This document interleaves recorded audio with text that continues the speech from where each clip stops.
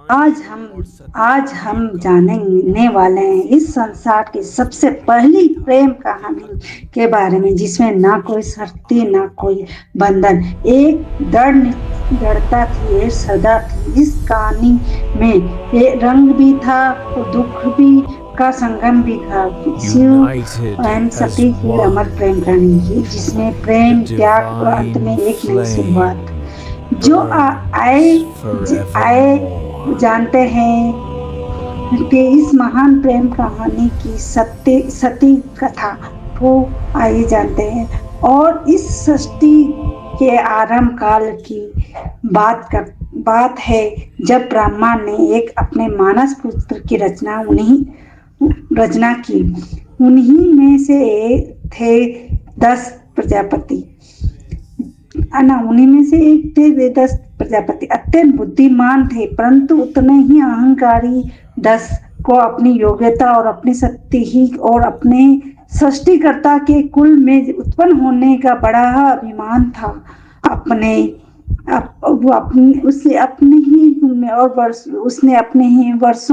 उसने वर्षों तक तपस्या की और देवताओं से वरदान पाया संतान प्राप्ति के लिए। उसकी उत्पन्न होने का बड़ा अभिमान था। उसने वर्षों तक की तपस्या की और देवताओं से वरदान पाया संतान की प्राप्ति के लिए। उसकी ये तपस्या रंग लाई और उसे एक अत्यंत दिव्य कन्या प्राप्त हुई, वही जिसे हम आज देवी सती के नाम से जानते हैं। सती का जन्म एक किसी साधारण कन्या की भांति नहीं हुआ था। उसका स्वरूप स्वयं शक्ति का अंश था। कहते हैं वह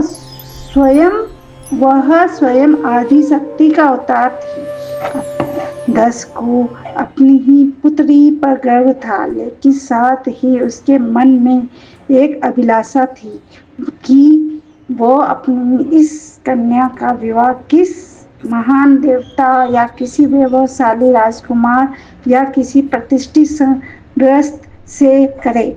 उसे यह कल्पना भी नहीं थी कि उसकी पुत्री का हृदय वहां बस चुका है, जहाँ वैभव का कोई मोल नहीं, जहाँ वैराग्य के आभूषण है, जहाँ भगवान शिव देवी सती बचपन से ही विचित्र स्वभाव की थी। विचित्र स्वभाव की थी। अन्य कन्याओं की तरह सती एक विचित्र स्वभाव की थी और कन्याओं की तरह ना कोई उन्हें संसार में रुचि थी, ना ही राजसी जीवन की वैभवता में। जब वो शिव की चर्चा सुनती, जब किसी ही आश्रित द्वारा शिव की महिमा का वर्णन होता, उनका हृदय गहरे भाव में भर उठता। शिव जो शमशानवासी है, जो मृग चर्म धारण करते हैं, जो भस्म लगाते हैं, सर्पों का आभूषण की तरह पहनते हैं, आम कन्या के लिए ये भय का कारण होता है, पर सती के लिए ये शिव उनके अंत मन में बस चुके थे। वो 10 बस चुके थे। धीरे धीरे यह आकर्षण भक्ति में बदला और भक्ति प्रेम में। अब सती का एक ही लक्ष्य था, शिव को पति रूप में प्राप्त करना, पर यह मार्ग आसान नहीं था। जब 10 को सती की इच्छा का आभास हुआ तो वो क्रोधित हो उठा। उसकी आंखों में तो शिव एक जंगल में भटकने वाला योगी मात्र थे।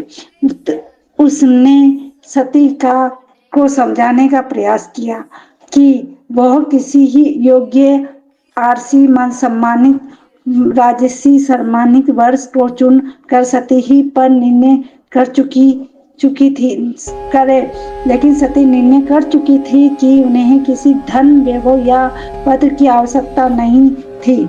उन्हें चाहिए था वह परम पुरुष जो सन्यासियों में भी पूर्ण है, जो मौन में भी संपूर्ण है। इसी लक्ष्य के लिए सती ने आरंभ की कठोर तपस्या। पर्वतों की गुफाओं में प्रचंड वायु और वर्षा के बीच सती ने भोजन का त्याग कर किया और उन्होंने पृथ्वी पर बैठकर खुले आकाश में बिना निद्रा लेकर शिव के ध्यान में लीन रहकर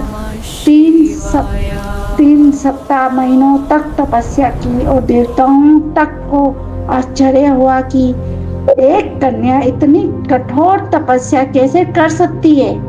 और जब उनकी तपस्या की अग्नि नेत्र लोक को प्रभावित करना शुरू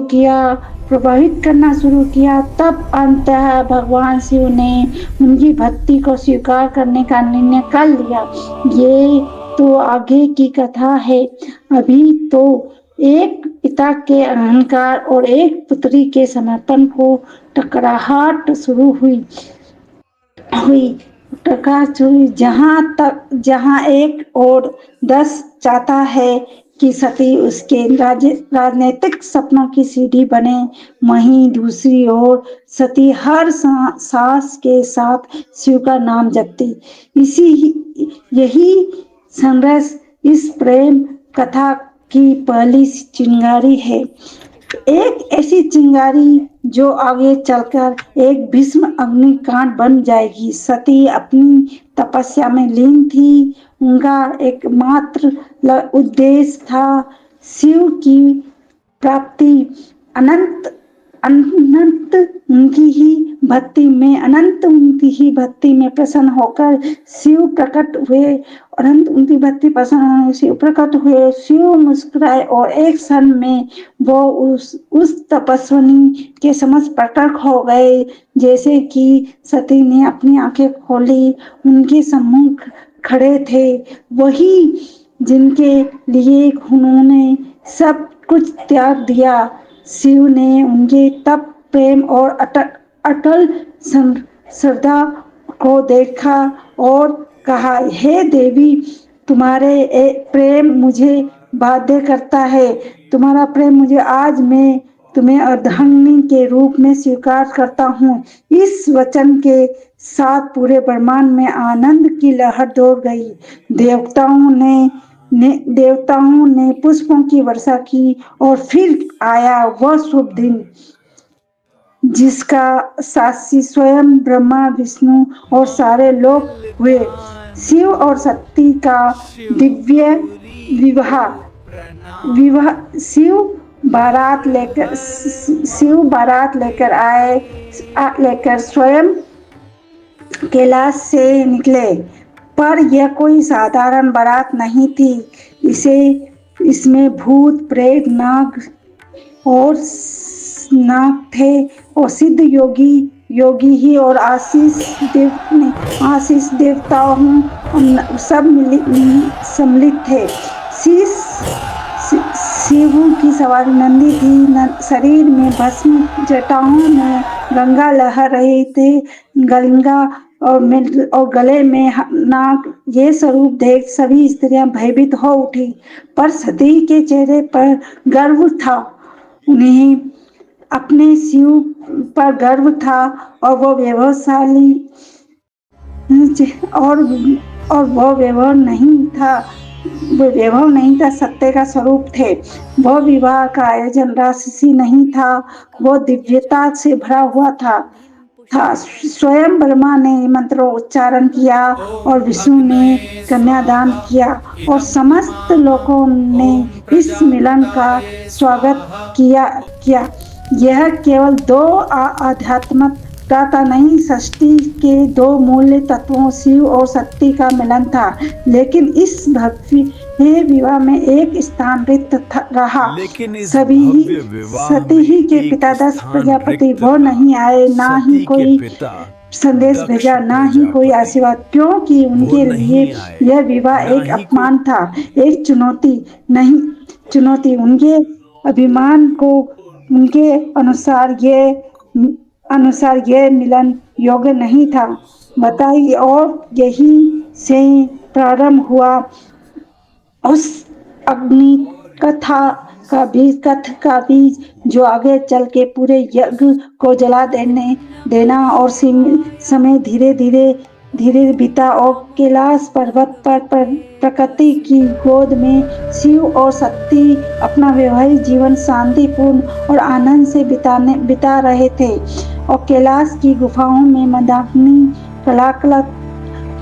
कलकल धाराएं, बर्फीली हवाएं सब साक्षी थी उसी ही दिव्य प्रेम की जो समय और शब्दों से परे था। लेकिन इसी ही में से एक और स्थान पर कुछ और ही चल रहा था। राजा दशरथ के मन में इस सती के शिव से विवाह को वो अभी तक स्वीकार नहीं कर पाए थे।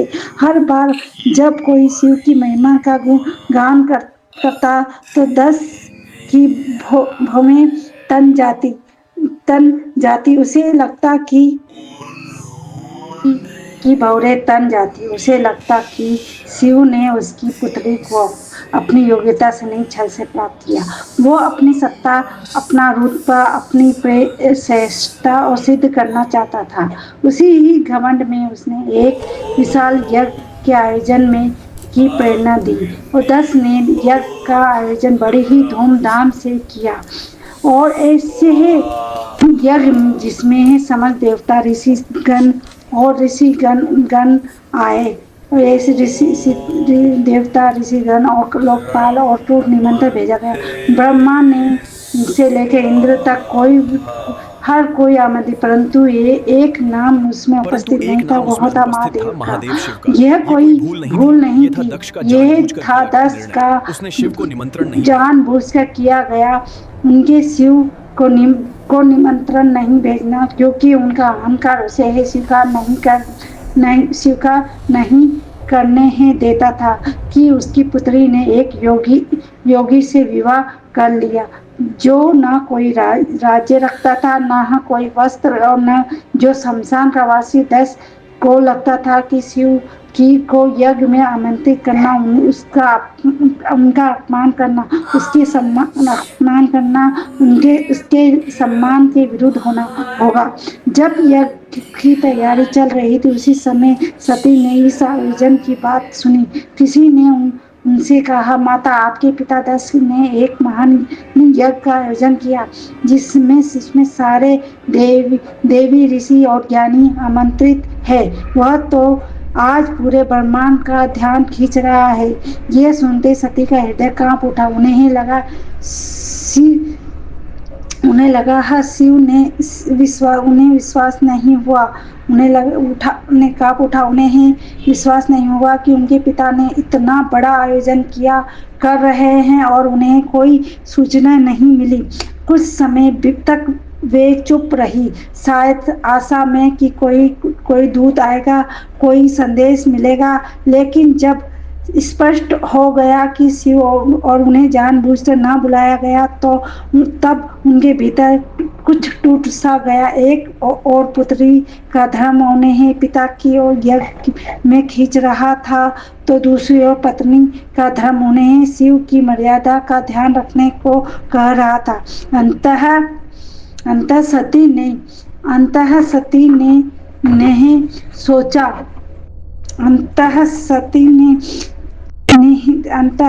ने सोचा और टूट रहा था और अंतः सती ने शिव से भी निवेदन किया, स्वामी, मैं उस यज्ञ में जाना चाहती हूँ। शायद यह कोई भूल हो और मेरा जाना उस विघ्न को रोक सके।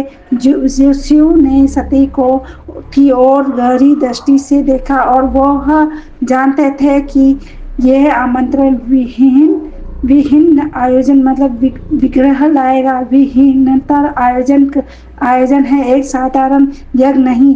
उन्होंने शांत स्वर में सती से कहा, हे प्रिय है, जहाँ सम्मान ना हो वहाँ स्वाभिमान को ले जाना व्यर्थ है। वह नहीं मानी और मैं नहीं चाहता कि तुम उस यज्ञ में जाओ और जो केवल क्रोध और घमंड से से ही जल रही है, परंतु सत्य ही व्याकुल थी। उनके भीतर एक द्वंद्व चल रहा था, पिता और पति के बीच। उन्होंने पूर्ण प्रार्थना की, प्रभु मैं केवल एक पुत्री के रूप में वहां जाना चाहती हूँ, तो मैं पिता से बात करूंगी, शायद सब वह बदल जाए, शायद उनके मन में का विष उतर जाए। शिव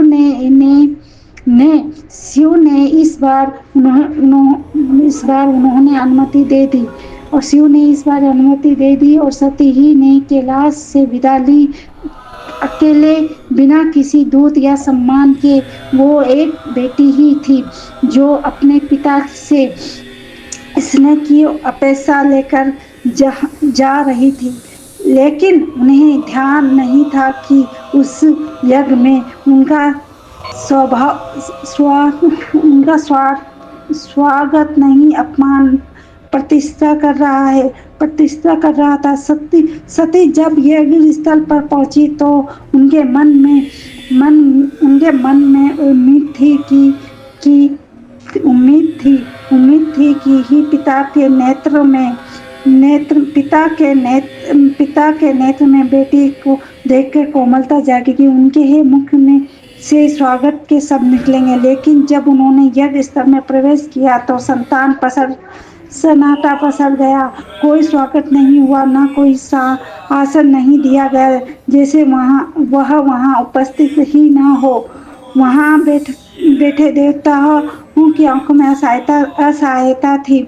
सती ने पिता की ओर देखा, धीमे स्वर में कहा, पिताश्री, क्या आप नहीं चाहेंगे कि आपकी पुत्री भी इस पावन यज्ञ में सम्मिलित हो? दक्ष ने ठंडी हंसी के साथ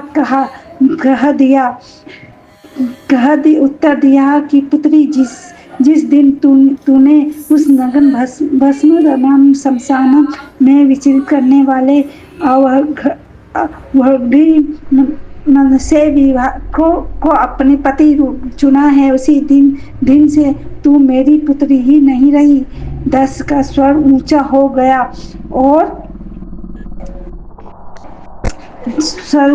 गया और उनके शब्द जैसे शिव के लिए विष से भरे बाण हो गए हो। ये सुनते ही सती ही की आत्मा कांप उठी थी। यह केवल अपमान नहीं था, यह शिव के उस स्वरूप का तिरस्कार था जो समस्त सृष्टि का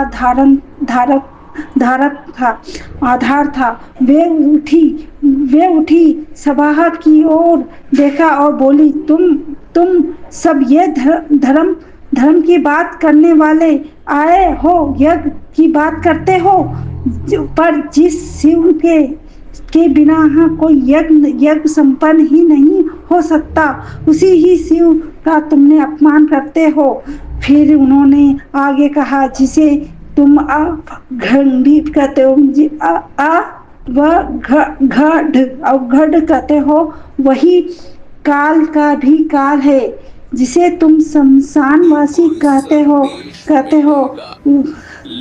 हंसते हो, वही मृत्यु से परे है। जिसे तुम भस्म का धारी कहते हो, वही भस्म में मोह को जलाता है। वही उनकी आंखों में आंसू थे, लेकिन स्वर तेज था, ऐसा तेज कि स्वयं देवता भी सिर झुका ले। सभा स्तंभ थी, कोई उत्तर नहीं दे सका, लेकिन सती का हृदय अब टूट चुका था। उन्होंने कहा, जिस शरीर में आज मेरे प्रभु का अपमान सुना है, वह शरीर अब इस संसार के योग्य नहीं। और वे धीरे यज्ञ कुंड की ओर बढ़ी और उपस्थिति देवता उन्हें रोकना चाहते थे, पर सती ही अब कोई नारी नहीं थी, अब वो साक्षात अग्नि बन चुकी थी। उन्होंने अपने नेत्र बंद किए और शिव का स्मरण किया और अग्नि में कूद गई। उनके चेहरे पर भय नहीं, बल्कि एक शांति थी, एक समर्पण था जो पूरे यज्ञ मंडल को झंझोड़ गई। अब इस यज्ञ की अग्नि से वो तूफान उठने वाला था जो पूरे पूरे को तबाह कर सकता था। तो चलिए अब जानते हैं आगे की कथा, लेकिन उससे पहले अगर आपको वीडियो अच्छी लगे रही है तो वीडियो को लाइक जरूर करें और कमेंट में लिखें हर हर महादेव। कैलाश पर शांति थी। महादेव कैलाश पर शांति थी। वह शांति ही तूफान में से पहले की थी। जब भगवान शिव को ज्ञात हुआ कि मेरी अर्धांगिनी अग्नि में समर्पित हो गई तो उनके हृदय में तूफान पड़ा और आंखों में वेदना, मन में शून्यता और आत्मा में आग।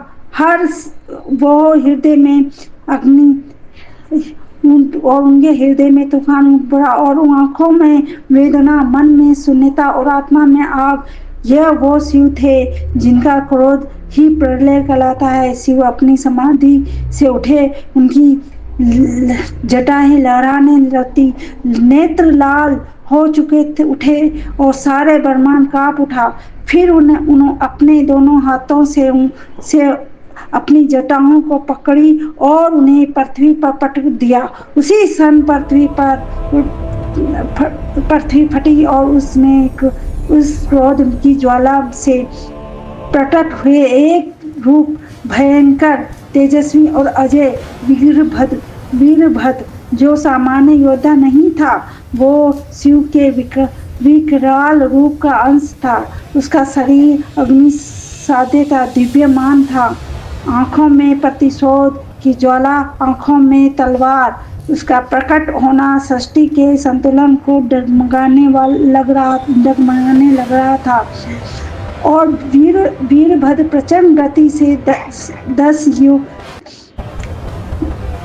और तलवार उसका 10 सृष्टि का संपूर्ण डगमगाने लगा। वीरभद्र प्रचंड गति से 10 के यज्ञ की ओर बढ़ता चला गया। जिस दिशा में वो चलता, धरती कांपते, आकाश बदलता और देवताओं के हृदय कांप उठते। ऐसे ही वीरभद्र यज्ञ स्थल पर पहुंचा और आकाश में अंधकार सा छा गया। वीरभद्र ने प्रकट हो चुका था। उसकी उपस्थिति मात्र ये यज्ञ की अग्नि धरा उठी। वो बिना रुके आगे बढ़ा, पहले यज्ञ वेदी को तोड़ा, फिर वेद पाठ करने वाले ब्राह्मणों को हटाया। उसकी आंखों में एक ही लक्ष्य था, 10 वीरभद्र के सामने आया। उसका एक ही लक्ष्य, वीरभद्र ने और अग्नि उठी। वो हृदय कांप उठा और वीरभद्र यज्ञ स्थल पर पहुंच गया। वहां आकाश में अंधकार छा गया और वीरभद्र प्रकट हो चुका था। उसकी उपस्थिति मात्र यज्ञ की अग्नि धरा उठी। वो बिना रुके आगे बढ़ा, पहले यज्ञ वेदी को तोड़ा, फिर वेद पाठ और ब्राह्मणों को हटाया। उसकी आंखों में एक ही लक्ष्य था, 10 वीरभद्र के सामने कोई नहीं टिक सका। वो अकेला था परंतु अजेय। उनके प्रत्येक पहाड़ को शिव का श्राप था, हर गर्जना और सती का विलाप। अंततः वो 10 के सामने पहुंचा। 10 अब भी अपने अभिमान में डूबा था। वह चिल्लाया, मैं यज्ञ करता हूँ, मुझे कोई नहीं छू सकता। वीरभद्र ने उसकी आंखों में देखा और कहा, तू पिता कहलाने योग्य नहीं है। आज तू उसी ही अग्नि में भस्म करूं। आज तुझे उसी अग्नि में भस्म करूंगा जिसमें तूने धर्म का मजाक उड़ाया। और एक ही झटके में वीरभद्र ने अपनी तलवार से 10 का सिर उखाड़ धड़ से अलग कर दिया और पूरी सभा में सन्नाटा छा गया। देवता स्तंभ रह गए, यज्ञ की अग्नि बुझ गई और पृथ्वी पर सिर्फ राख ही राख रह गई, जो अंधकार, धर्म और अपमान की थी। अंतिम परिणति थी। वीरभद्र शिव की आज्ञा पूरी कर चुका था, पर यह कहानी यहीं नहीं रुकी।